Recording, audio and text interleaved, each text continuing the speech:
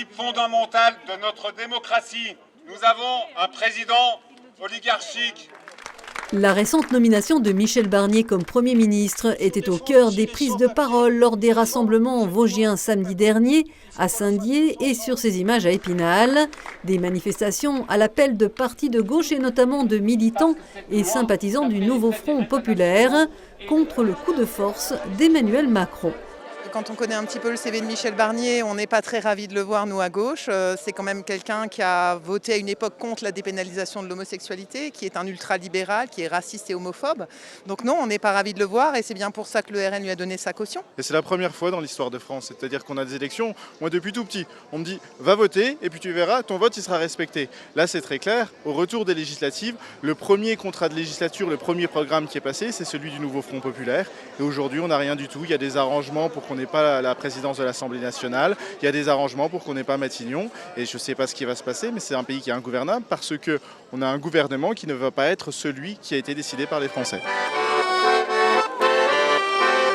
Lors de ce rassemblement spinalien, on pouvait apercevoir des drapeaux de la France insoumise, du NPA, le drapeau palestinien et aussi des militants des jeunes communistes de France. Petite campagne des Vosges. On a vu le déni de démocratie de Macron quand il n'a pas voulu nommer Lucie Castet.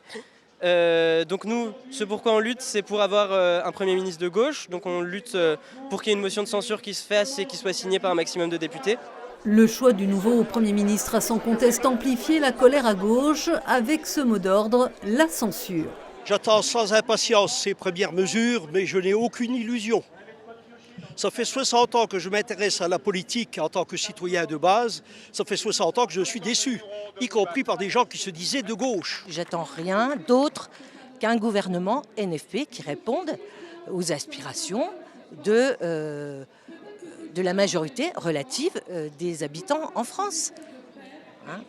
Ou alors on n'est plus en démocratie. Bien sûr, c'est un peu une impasse à la mexicaine pour M. Macron. Il tente sa dernière carte, sa dernière chance, parce que si M. Barnier ne marche pas, plus à gauche, plus à droite, ça ne marchera pas non plus. Et c'est quoi l'étape suivante? C'est sa démission. Alors on l'invite par la destitution, après il appréciera, mais c'est sa dernière carte, elle ne va pas durer très longtemps. Samedi, à Épinal, ce n'était pas la mobilisation des grands soirs, avec environ 200 personnes réunies place des Vosges. Quelques 130 rassemblements étaient prévus partout en France.